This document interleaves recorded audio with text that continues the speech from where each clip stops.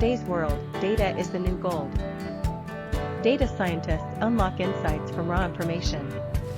They use statistical methods to analyze trends. Data analysts convert data into visual stories. By creating dashboards, they help organizations make informed decisions. Machine learning models can predict future outcomes. They identify patterns that aren't visible to the naked eye. Data cleaning ensures accuracy and analysis. Collaboration across departments enhances data insights. They utilize programming languages like Python and R for analysis. Cloud computing resources expand their capabilities. With big data, they tackle complex challenges across industries. Ethics in data science ensures responsible use of information. The future of data science looks bright with endless possibilities.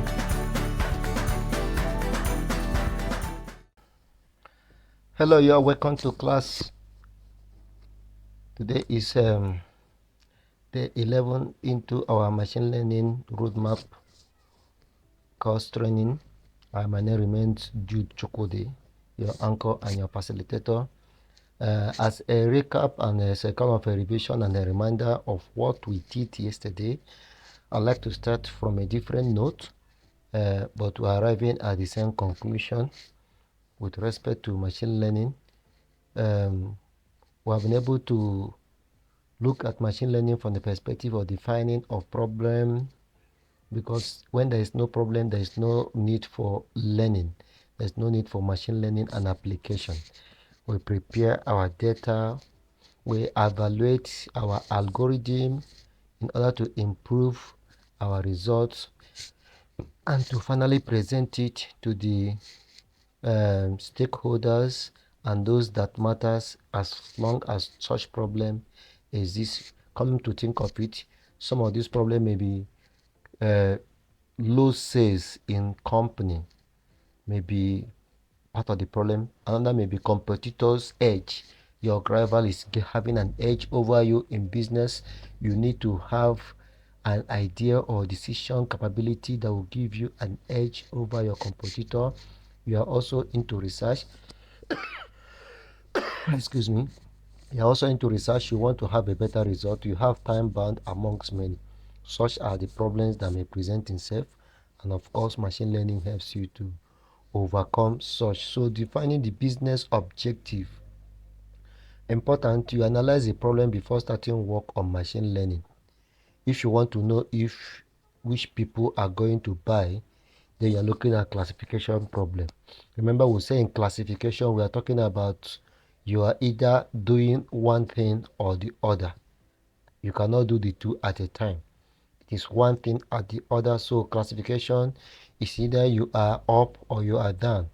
Then if you want to know how much people are going to spend, then it's regression problem. Regression problem is looking at what is affecting what, how A is affecting B, how your advertisement is affecting your sale, how improvement in the research work has impacted on your company revenue generation, how the personnel, the human resource management is handling the personnel, and how they are giving out output. This is part of the problem that we look at when you are talking about how much are people going to spending on your product. You are looking at regression. Then if you want to create group or segment of population, then it's clustering. There you have people that have a similar kind of taste, similar kind of dressing. What they like are in similar things they watch, or the games, the actions they take are in uniformity to a particular set. You are looking at clustering problem. And if you want to look for people not behaving like 95% of the others, then you're looking at outliners.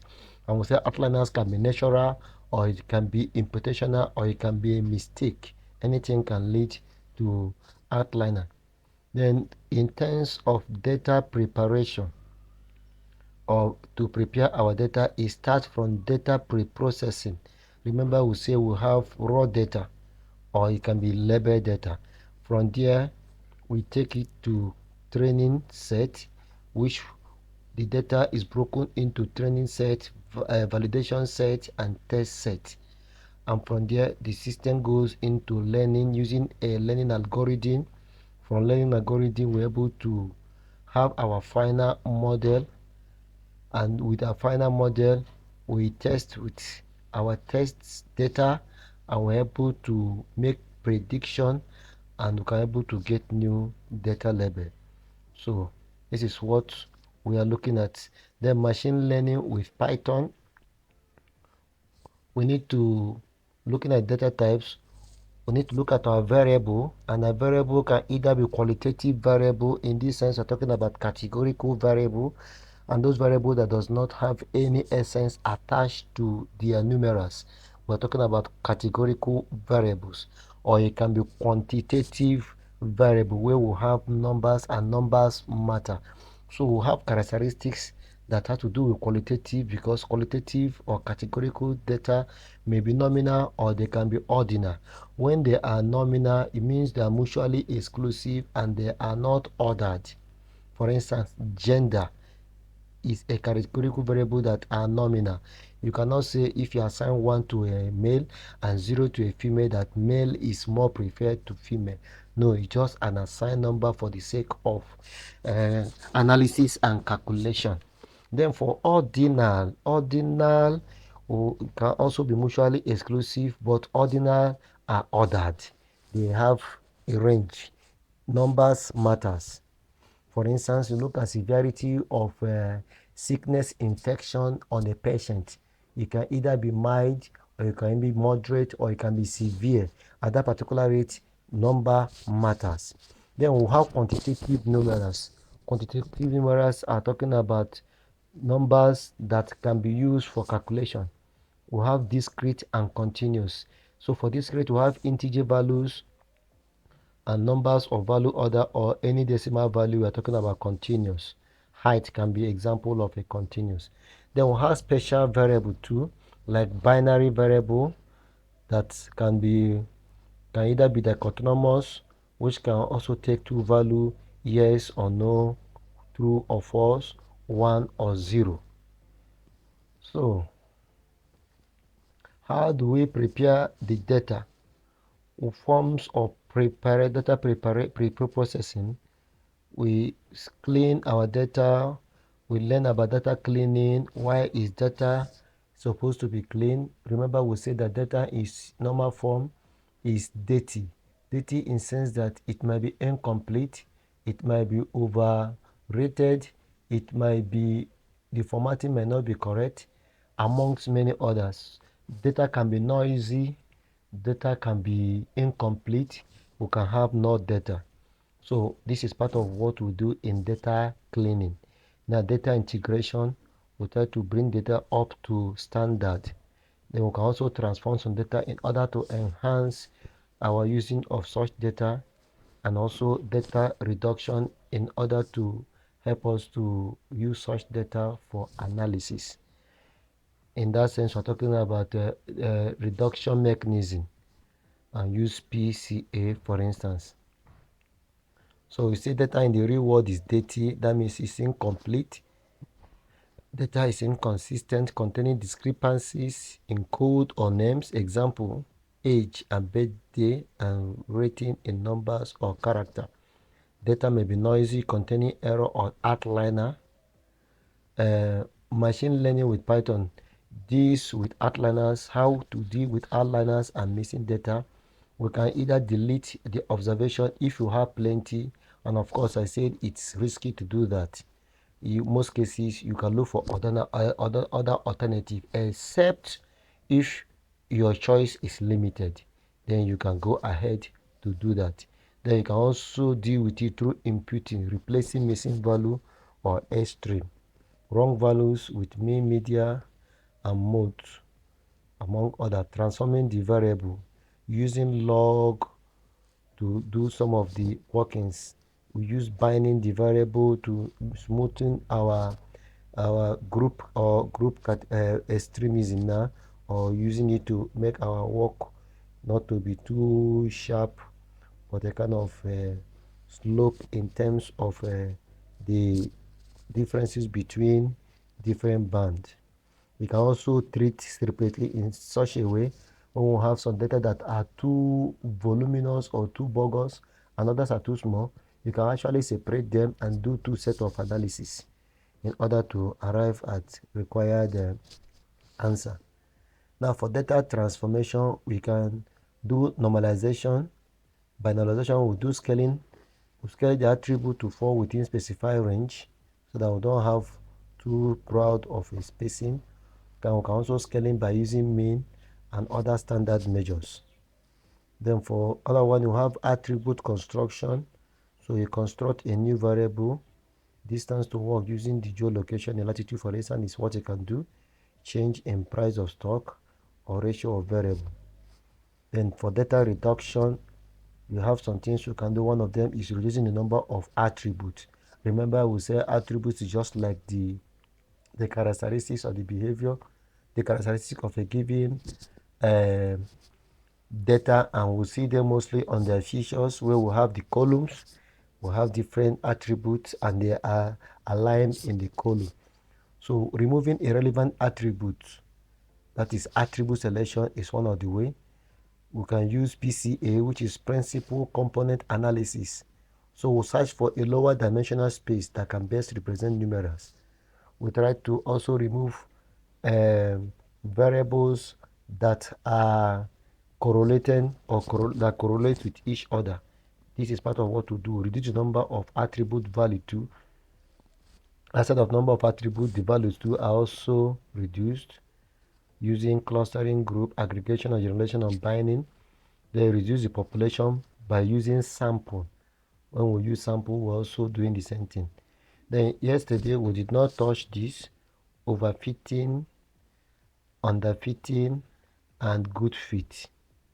So I will touch it briefly. We are still going to continue from where we stopped yesterday.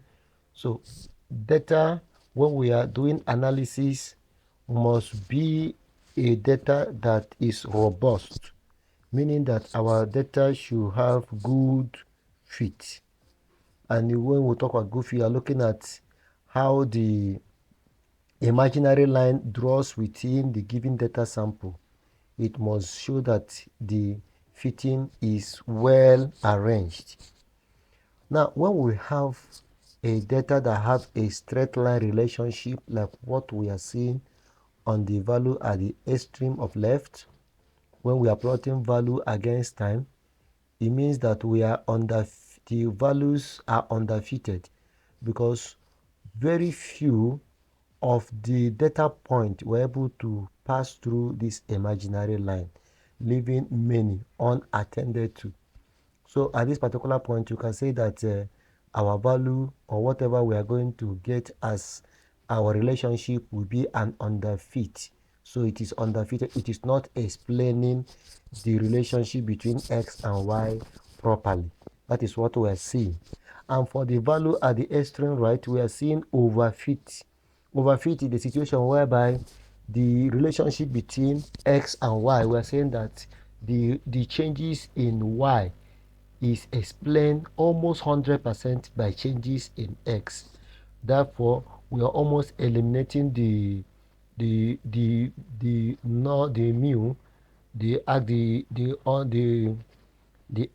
the u in our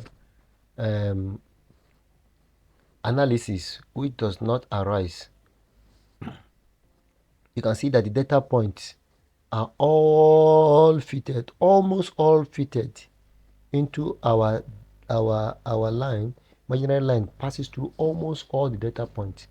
That means it is over explaining and it's also very, very bad. When you have a data that does this, then that data and the result may be spurious. You cannot be able to give any proper analysis. And likewise, when we have such like this, it is when we have data that is explaining almost all, but not all, 70, 80, 85%, we can say that this data is a good fit. Now, underfitting and overfitting. Say if our model does much better on the training set than on the test set, take note of that.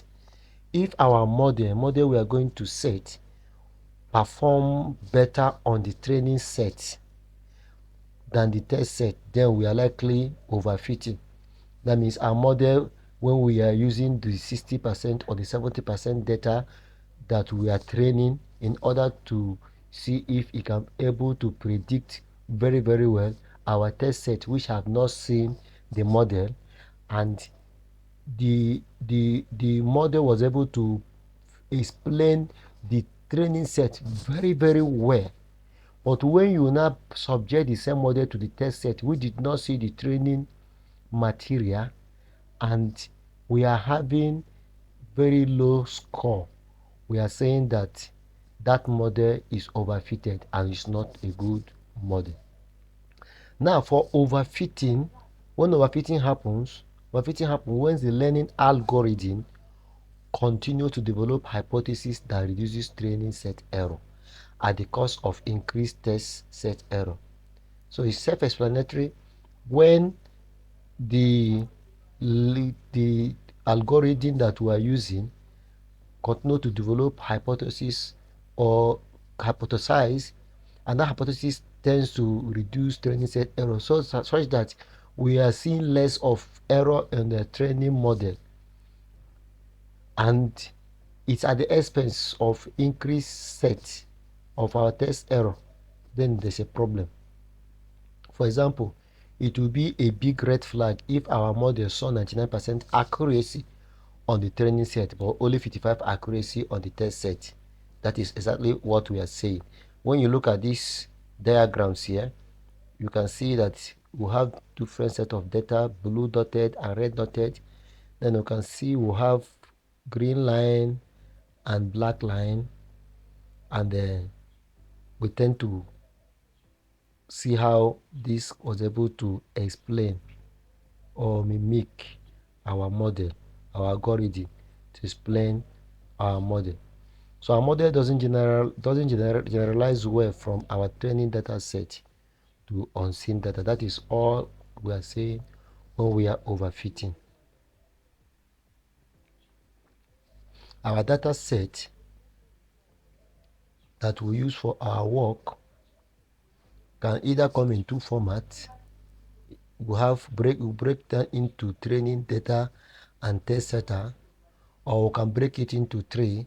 We have training data, validation data, and test data. Remember, we said the reason for putting up the validation data is for us to further tune our work, such that we set the parameters to make our training data perform better. Remember that the data that we use for test data is different from the data we use for these other ones.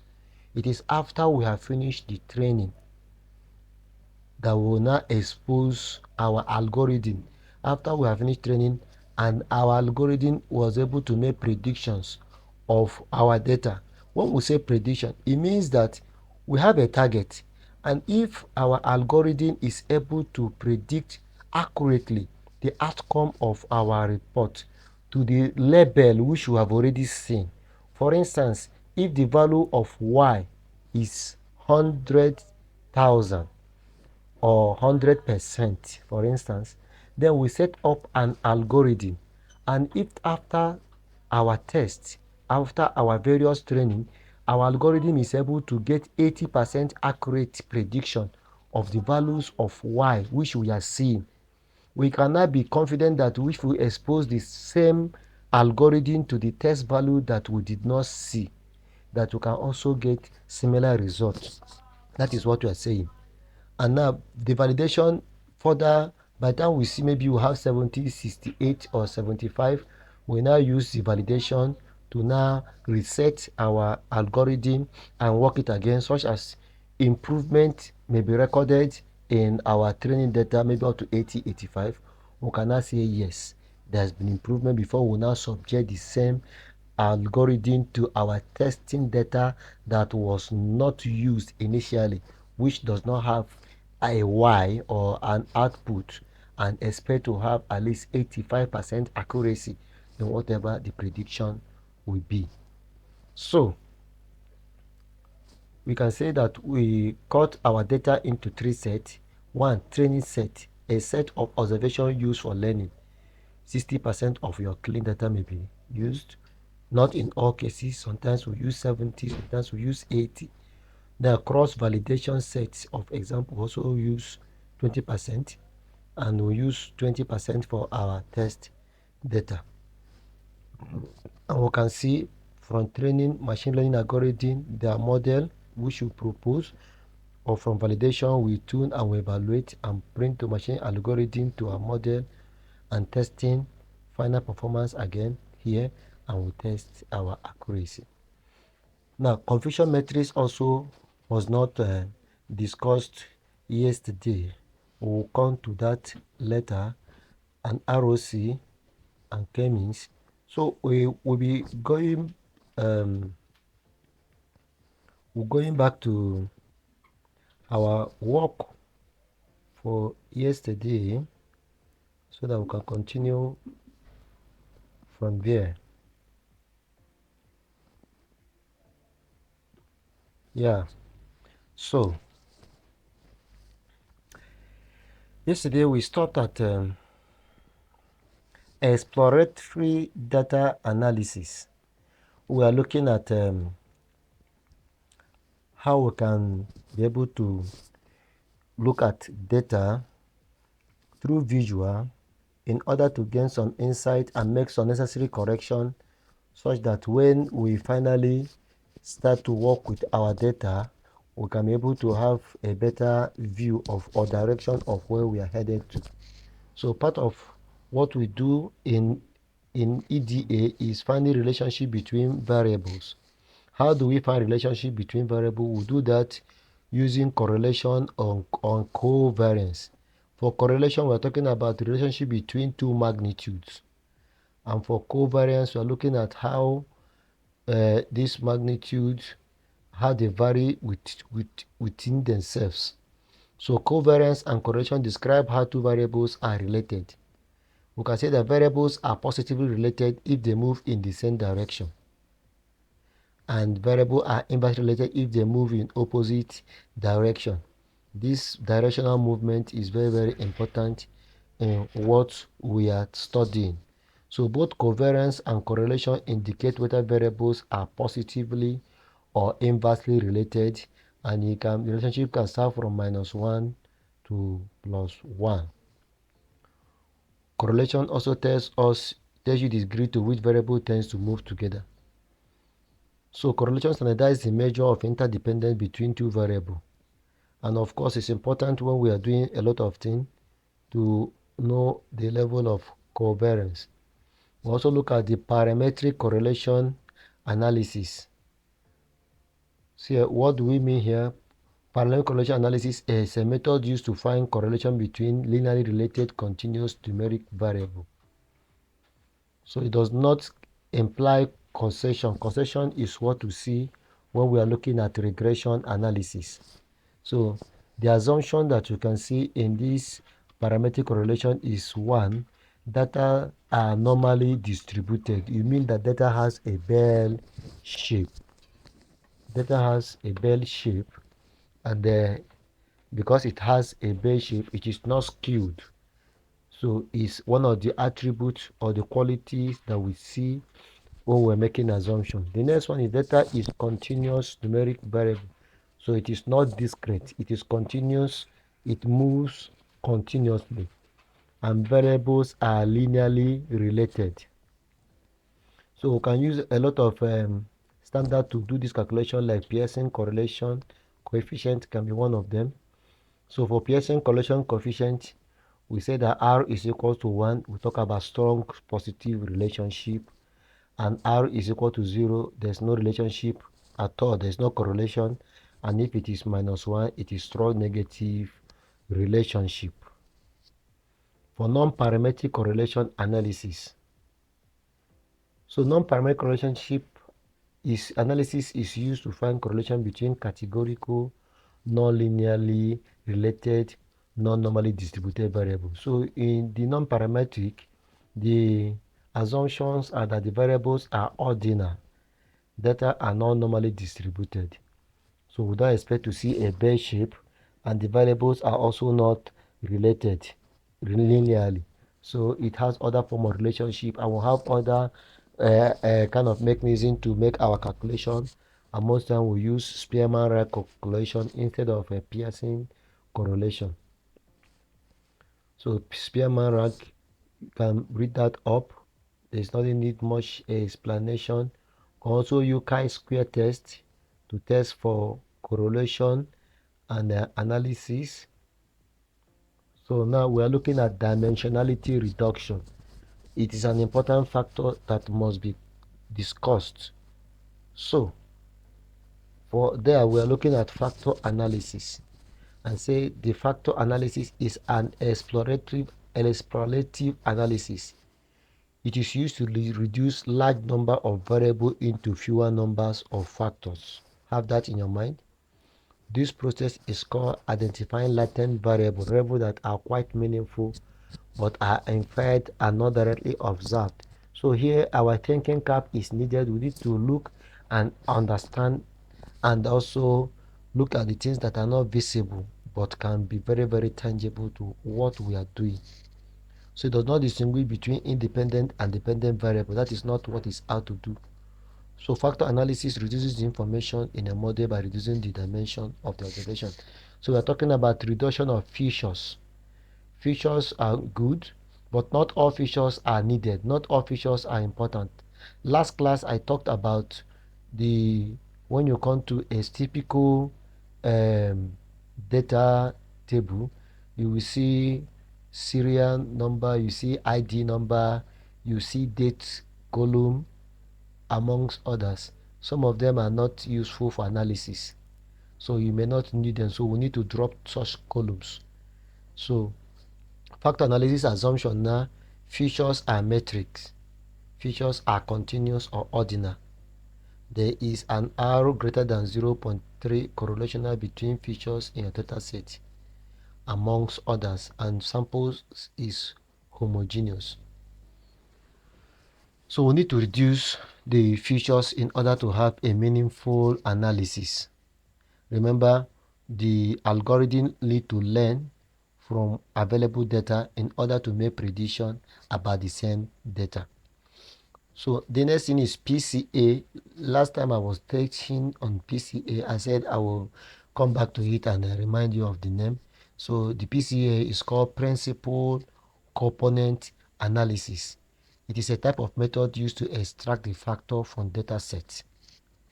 So PCA is an unsupervised machine learning algorithm that discovers relationship between variables and reduces variable down to a set of uncorrelated synthetic representation called principal component. So the emphasis is uncorrelated. So any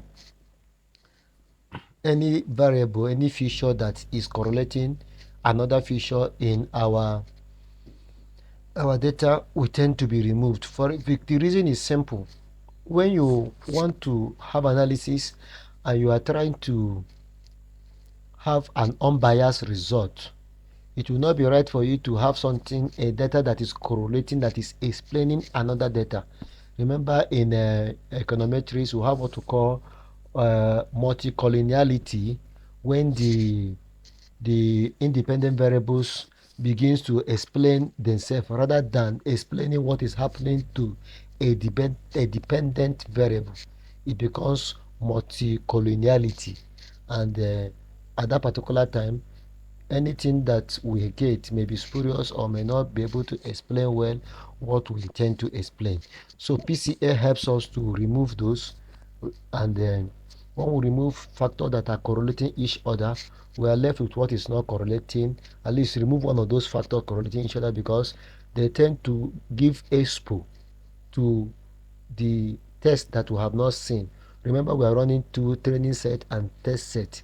Now we're not supposed to know, test set does not supposed to know anything about the algorithm. After we have done training, we can now expose the test set to see if it can give us a result that can be relied upon.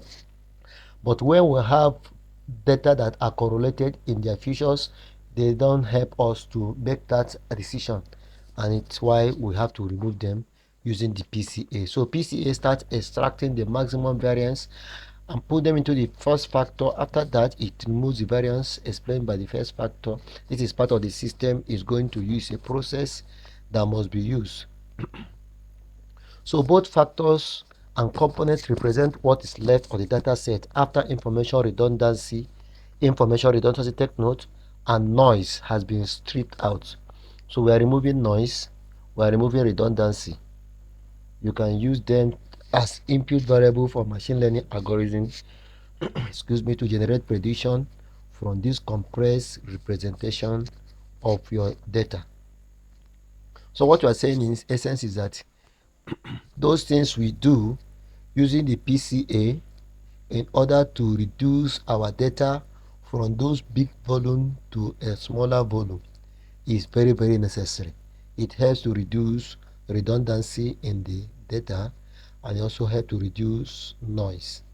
So all those things like correlation, data feature correlating itself, they are part of the noise, and not using those features that are not helpful or not needed, which are redundant values, are swept off. So whatever is left is what can be used to make accurate prediction. We can see others as we continue. Now we'll go to unsupervised machine learning. Unsupervised machine learning. Remember, we said that unsupervised machine learning does not have what? A label. So it does not have a label we are looking up to say this is the output we want to get. It doesn't have. So because of it, it presents a kind of a problem on its own that needs to be solved. And most time we do what? We use clustering and hierarchical arrangement to solve some of the problem.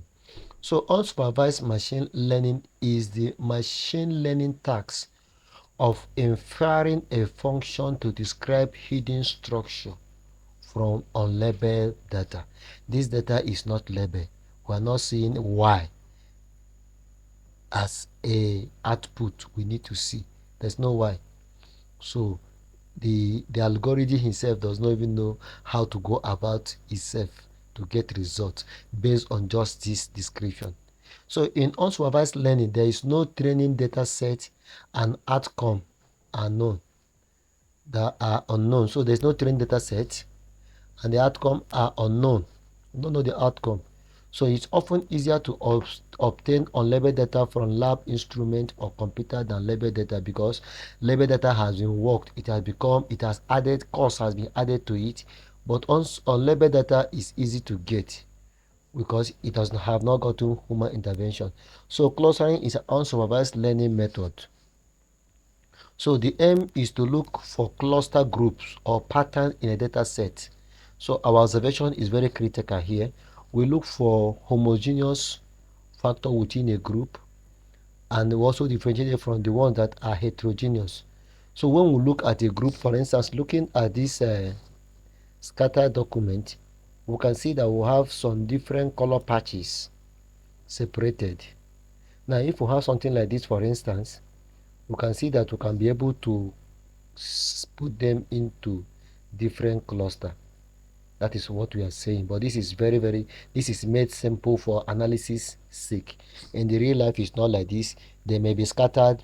They will use some things to make them move together such that the distance within them for the one that are homogeneous is very closer to the distance between those that are heterogeneous in group.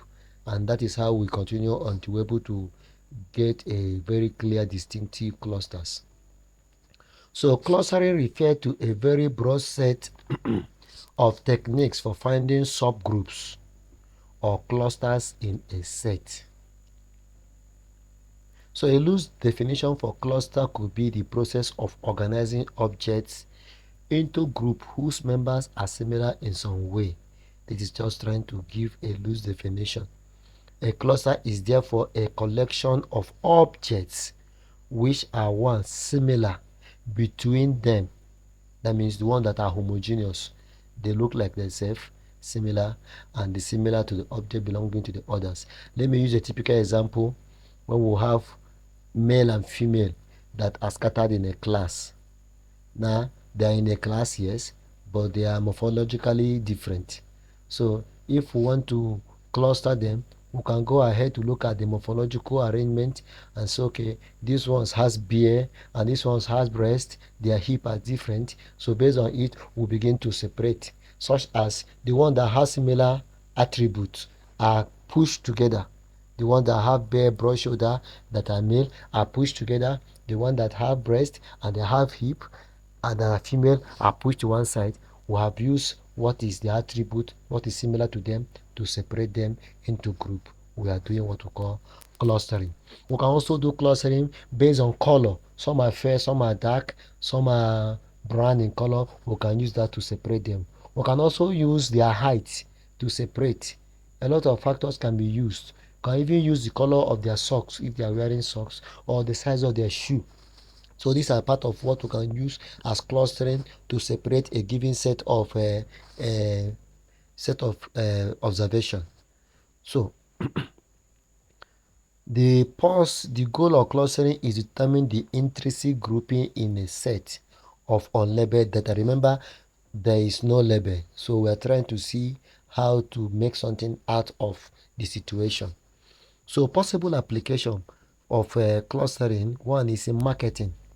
You find groups of customers with similar behavior, giving a large data set of customer data containing their properties and past buying record. For biology, classification of plant and animal, giving their features, just like what I've just done now, separating male and female is also a good example. So clustering looks at distance measure, and it looks at a lot. So this, you can read it up. So method of clustering. Clustering algorithm may be classified as listed below: flat clustering, hierarchical clustering, hard clustering, and soft clustering. So flat clustering, you create a set of cluster without any explicit structure that will correlate cluster to each other. Just explicit. There's nothing that is too distinct. For hierarchical, you create hierarchies of cluster. Hard clustering, you assign each object as a member of exactly one cluster, amongst others. Then we have the type of clustering, what we use in clustering: k-means clustering and the hierarchical clustering. Take note of k-mean. K-mean is a very, very important kind of clustering that is mostly used when it comes to clustering more than hierarchical. We'll come to that.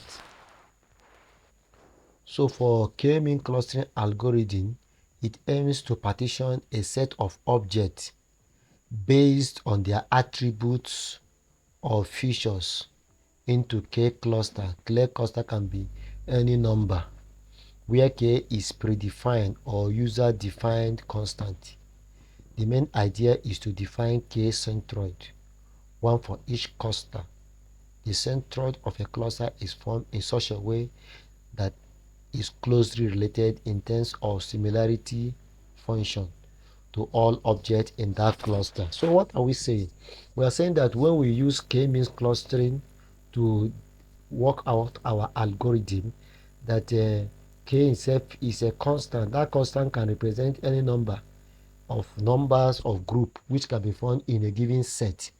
But one thing that it's done is that it tries as much as possible to separate groupings with attributes, something that is unique to such a group. That is what it does, as differentiated from other groups. If, for instance, the k-means is differentiating between the male and female, it can also differentiate male and female, and also differentiate female that have plaited their head and the one that have barbed their head, or the male that has beard and the one that doesn't have beard, or the one that are wearing trousers and the one that are not wearing trousers, for instance. So there's a kind of a distinctive kind of a separation, but that decision is unique and is constant. That's what we are saying. So for k-means algorithm, what do? You choose your k number of cluster to be determined. Choose k object randomly as initial cluster center. Now you continue. This is the procedure in which k-means can be done. It can also be done using some algorithm. So what we are saying is that if you have something like this, you start with define center, and you begin to look at the properties based on, for instance, this color, this centroid now position itself at the center of the different groups. That is how you can be able to now separate them. And once you have done that, you can be able to say that you have divided your work into different cluster. For this, you have 2 cluster. For some, you can have more than 5 cluster. And there's another opposite of k-means is a silhouette. Silhouette, when we have a diagram that is coming this way, silhouette will come the opposite, and they always land as almost the same. Their output or their outcome is almost the same. So because sometimes you have a sample data and you begin to say how many clusters can I be able to generate given this arrangement, and you may run algorithm will end at 4.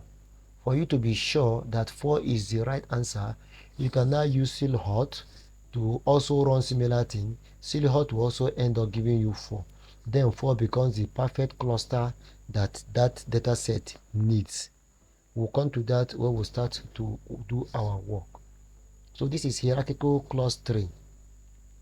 So for hierarchical clustering is where you build a cluster tree, which is called dendrogram, to represent data where each group or node is linked to 2 or more successor group. So you can see some of the example.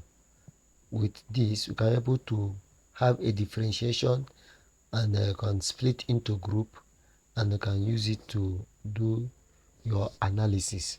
Now when we come to supervised learning is quite different from unsupervised learning, because under supervised learning you can see that we have a label. Supervised learning is a method of machine learning where the machine is provided label data to learn the pattern.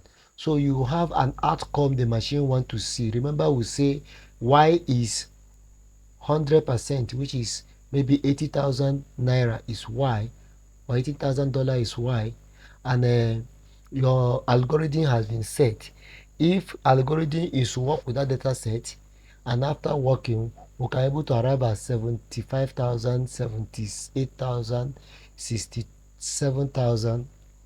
We can say yes, our algorithm has predicted our y, which we know to be 80,000, by 80%, 75%, 90% accurately. Now we can say yes, if the y that we are seeing was able to be predicted by the algorithm to this, then we can trust our algorithm when we now subject it to a test data that we don't know the value, and say that we are sure that at least 80% of what the prediction will be correct. So that is why label data is quite unique. So that is what happened. So for here, for supervised learning, our machine, our algorithm is exposed to a label which it learns from. So a label data called training data is the data which has the correct answer, called label or score. The learn pattern is then implemented on unlabeled data called validation data to assign the score to them. That means if you are using the validation data, which is not in all cases, sometimes you move from the training data set straight to the testing data set.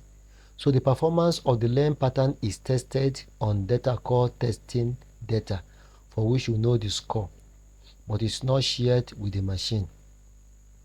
So the score are then compared to measure the performance of algorithm. We focus on 2 techniques.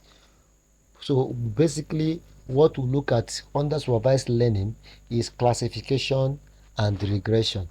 Remember, classification is talking about taking a decision between 2 outcome, yes or no, spam or no spam, complete or not complete, true or false. While regression is reinforcing, we are trying to look at the relationship based on causation. and it's continuous. So we can see data, and the data is exposed here. From database, we take it to data and we cut it into training data set and testing data set. And the training data set, we work it to build our model. Data broken into this, data broken into training data set and testing set. Then we'll build our model. After building model, we use our test to check the result and can be able to evaluate to know whether it is performing well or not, but which we can be able to use it to make prediction. So regression is a statistical apparatus that attempt to determine the strength of the relationship between one dependent variable, usually denoted by y, and the series of other changing variables known as independent variable. So regression analysis is a powerful technique used for predicting the unknown value of a variable from known value to another variable. So the method focuses on prediction of continuous data. So regression looks at mostly on continuous data as against discrete data.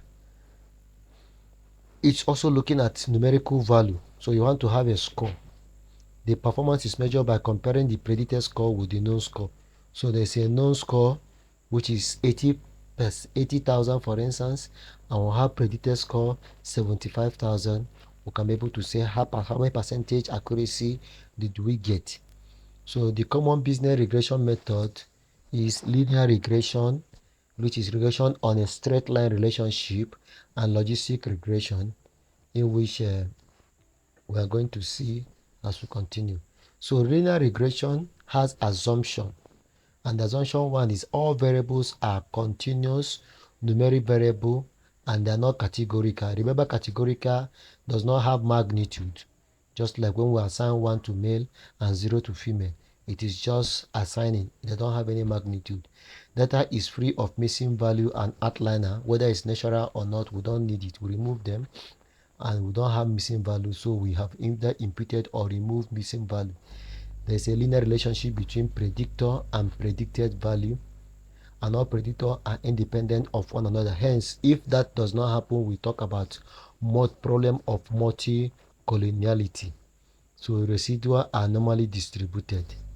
So linear regression is a simple machine learning method that can be used to predict an observation value based on the relationship between the target variable and the independent variable. What is our target variable? Y is our target variable. Have that at the back of your mind. So it's talking about target variable and independent variable, linearly related numerical predicted future. So they are linearly related. Relationship is linear. It is not curvilinear or polynomial in nature, but linear. The variable we are predicting is called the criterion variable and is referred to as y. The variable we are basing our prediction is called the predictor variable and is referred to as x. There are two types of linear regression. So when we are having this, as we continue to do our algorithm and doing our coding, x and y will be seen continuously in our work. That is what we are trying to let you know, so that it will not be something new when you begin to see it appear on our work.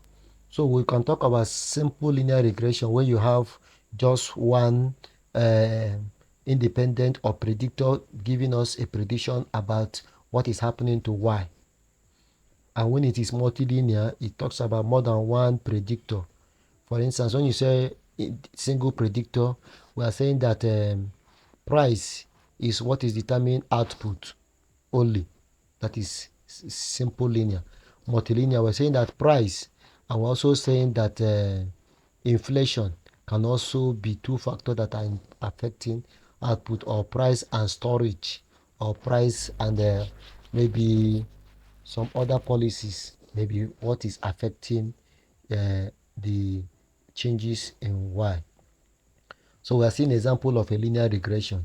So if this is what we are seeing as x and y, it can be plotted on a graph, and we can get the relationship based on this through our algorithm, and we can be able to talk about this. This is the relationship between x and y. And these numbers are the parameters which are constants. For logistic regression is a simple machine learning method that is used to predict an observation category based on relationship between the target feature. Target feature is y and independent categorical predictive feature x in the data set. The output is probability that is given input point belonging to certain place, certain class. So the assumption is that data is free of missing value. That is why we have said that missing value is not good for analysis.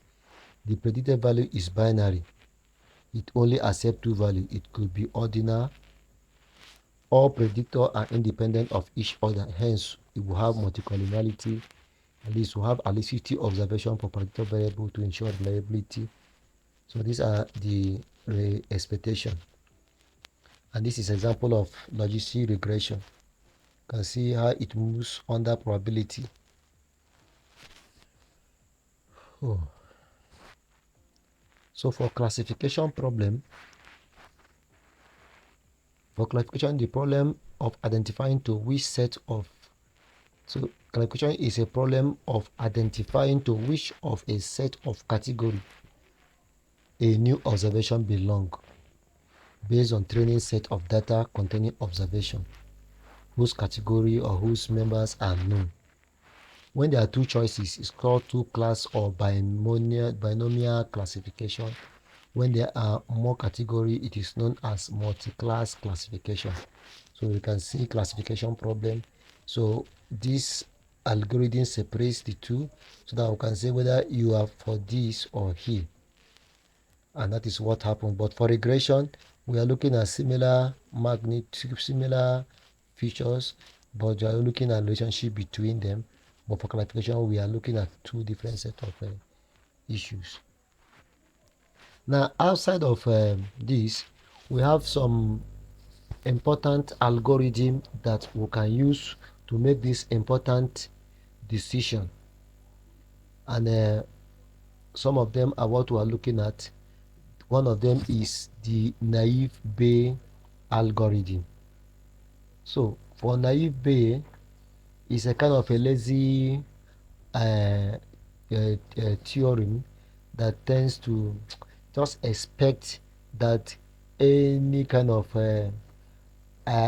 activity, whether it's regression, will have what we call a benchmark. So the thing will always be predicting that benchmark at any other time you call it, it will be predicting the benchmark. So we're looking at it and we'll call it naive Bayes. The other one is decision tree. Decision tree is another form of visualization. We'll come to that. We'll have random forest, we'll have support vector, we'll have natural language processor, and then we'll go back to our naive Bayes so that we can be able to talk one or two things there. So naive Bayesian classifier is based on Bayes theorem with independent assumption between predictor. A naive Bayesian model is easy to build with no complicated iterative parameter estimation. Under iteration, we are trying to continuously improve our model until we get the very best of our parameter in order to use it for decision making. So we make it very particularly useful for very large data sets. Very, very simple. Despite its simplicity, the naive Bayesian classifier often does surprisingly well and is widely used because often outperforms most of scale classification method. So for that, you see P, C of S is a posterior probability of class target given predictor attribute. These are technical calculation which is not mostly good in theory. When we bring out the naive Bayes, we'll use it to test our work. Decision tree built classification or regression model is a form of tree structure. So it breaks down a dataset into smaller subsets, while at the same time An associated decision tree is incrementally developed. The final result is a tree with decision nodes and leaf. So the decision tree has two or more branches amongst other features that it has. So decision tree can handle both categorical and numerical data. So when we want to do categorical analysis, we can use decision tree as well as numerical analysis. So the advantage is that trees are easy to visualize, they are easy to construct, they are more robust, and they can also take null value, because some of these classifiers don't accept null value, but for tree we can use null value. And two, they are not affected by distribution or skewness of data. That means if a data is not normally distributed, decision tree can also be used to analyze such data without much problem. You can see an example of decision tree example. This is predictor, which is the x values, and this is the target, which is whether golf is played or not. Say it's rainy, that is the outlook. Temperature is hot, humidity is high, there is no wind, so no golf. It's rainy, temperature is hot, humidity is high, there is wind, no golf. We have overcast, hot, high, so it tells you rainy, mild, high, false, no game. So all these things are interpreted here under decision tree. See the outlook when it is sunny and it's windy, and there is no windy, we can play golf. It is sunny and it's windy, and we can not play. So you follow it to make decision. So this is how decision looks, but you see that it looks like tree, look just like a tree. When you turn it upside down, it looks like a tree and its leaves. So overfitting and pruning. If a model does much better on the training set than on the test set, then we are likely to overfit. This is a jump from our overfitting set that we did. Overfitting, so we have to read that out when it comes to overfitting, pre-pruning and post-pruning, as the case may be. So random forest is another kind of classifier, model classifier. From tree we have forest. So whatever the decision tree can do, now look at tree that are plenty that we can now call a forest. So that is what we are seeing here. So random forests are a simpler learning method for classification that operates by constructing a multitude of decision trees at training time and outputting the class that is the mode of the classes. So random forests grow many classification trees. So one single tree for decision tree, many of them for random forest. And that is how we can be able to use them for analysis. Another one again that can be used is a support vector machine. So it's a support vector machine, which is SVM, is a discriminative classifier. So formally defined by a separating hyperplane. You can see the hyperplane. It is able to use it to separate data set. So in other words, given labeled training data, which is the supervised learning, the algorithm outputs an optimal hyperplane which categorizes new example. So the operation of SVM algorithm is based on finding the hyperplane that gives the largest minimum distance to the training example. So these are theory. We have natural language processor. This one is different from those classifiers. It's part of machine learning, but we're not going to do much on those ones. We're not going to touch much on them. Now the next thing we're going to look at is performance metrics classification. So let's go back to the other note and see um, the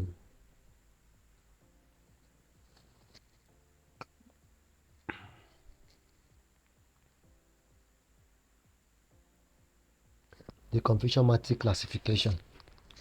So we want to know what a confusion matrix classification is all about.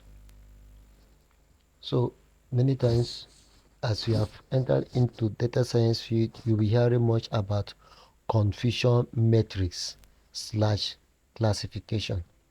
So confusion matrix shows the number of correct and incorrect prediction made by classification model compared to the actual outcome, which is the target value in the data. So as you can see, this is our confusion matrix table. Now this is our model and this is our target. Our model can give us either positive or negative output. Our target also can also give us negative or positive output. So when our model and our targets are giving us the same thing, and when they are giving us different thing, it gives us an indication of whether our work is accurately described or not. Now you can see here, sensitivity is divided is tend to be defined by A, which is positive all over positive plus negative. Specificity is D all over B plus D. And A is when the model and the target are predicting positive. And D is when our model and our target is predicting negative. All of them are predicting the same thing. And B is when our model is predicting positive and our target is telling us negative. And C is when our model is predicting negative and our target is predicting positive. So positive predicted value is A plus B, A plus B, and negative predicted value is D all over C plus D. Now for accuracy will now be A plus D, which is A plus D, which is true values, divided by A plus B plus C plus D for accuracy. So this looks simple, but it's good you look at it more closely and more precisely. No rush, just take your time and look at it. Now, when we talk about accuracy, given our confusion matrix, we say that the proportion of the total number of the prediction that are accurate. What are those ones that are accurate in prediction? We are talking about model and target predicted values of A to be correct, positive, and model and target also predicted D to be correct. They say it's false, and the same time it was false. So A plus D are true. So you add them up and divide by other outcome. That is accuracy. So positive predictive value or precision, that is the proportion of positive case that were correctly identified. What is positive case? This predicted positive and what predicted as to be positive. Now negative predicted value, sensitive or recall. So negative predicted value is the proportion of negative case that were correctly identified. Negative case that were correctly identified. So the sensitivity or recall, the proportion of actual positive case which are correctly identified. Specificity is the proportion of the actual negative case which are correctly identified. So this will come into better understanding when we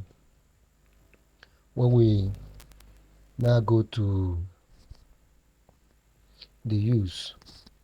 Let's also see what the other work have with respect to this? Let's see.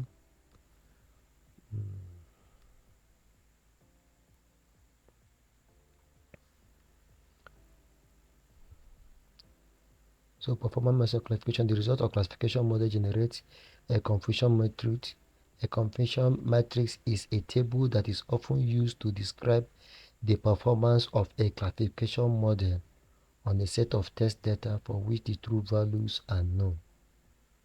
So we have yes, no, yes, predictive result, and we have classification, yes, no. So all of them are going towards um, they're going towards giving us what we have looked at. Recall true positive all over true positive plus false negative. So you can see this is true positive, true negative, false negative, false positive, amongst others. So precision will give you true positive TP all over true positive plus true false positive. So these are simple. So the performance matrix for classification, which is known as ROC curve, is another indicator that is vital in our analysis. So ROC curve shows the trade-off between sensitivity and specificity. Remember what we just saw now? We are seeing as specificity. In the other note, you can see it is quite um, elaborated there. So is what is looking at. So the closer the curve follows the left hand border and then the top border of ROC space, the more accurate test. So when you look at these three lines, the yellow line is excellent. Why? It is much closer to the left hand corner and it is a kind of slant bent towards the top. So for the purple is good, and the one on the straight line is worthless. It doesn't give us any room for appreciation. So we have false positive rate, true positive rate. So ROC is another where we use to look at our work to know the true test of our accuracy. So say the closer the curve comes to the 45-degree diagonal of ROC space, the less accurate the test. So when the curve is on 45-degree line, that means your work is not good. So the area under the curve is the measure of accuracy. So from 40 to 60% is fail. From 60 to 70 is poor. From 70 to 80 is fair. 80 to 90 is good. The 90 to 100 is excellent. So you should have that because it may be a need for the test of ROC, and you can use that as a criteria to determine the score, and from there we can be able to do. Let's go back to that. We are almost getting closer. So we're talking the same thing here. So K-food validation, we're talking about cross validation. So for this cross validation here, when you look critically, you see how cross validation is done. Because when we're talking about validation, when we are testing our data, we are not just testing for testing sake. We want to make sure that the result we get is accurate result, unbiased result, and excellent result. So because sometimes the population or the sample that we may use may be very, very large, such that it becomes very, very um, expensive to actually get a formidable result. So we need to do what we call cross validation. Now, how do we work with cross validation? This is very, very simple. When you look at this, our basin here, see that we have 1, 2, 3, 4, 5, 6, 7 fold, which is rated as k equal to 1 for the first, the second k equal to 2, the third k equal to 3, up to k equal to 7. So this is a 7-fold cross validation.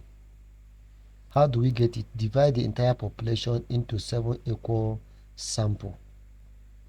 So when you have done that, you will now train model on 6 sample, which is the green box, plus validate on 1. So 1 is just like a test, what we call a test sample, or sample you hold constant, and you train the rest. After you have done that, then you go again to do the second iteration. Train the model with a different sample held as validation. So as you are training the model again, now you are holding this as validation. For the third round, you hold this as validation. You continue until you conclude. In the 7th iteration, we have built model on each sample and held each of them as validation. This way we reduce the selection bias and reduce the variance in prediction power. Once we have all the 7 models, we take average of the error term and find which of the model is best. So after we have done this, we can now see which of the model gave us the best result.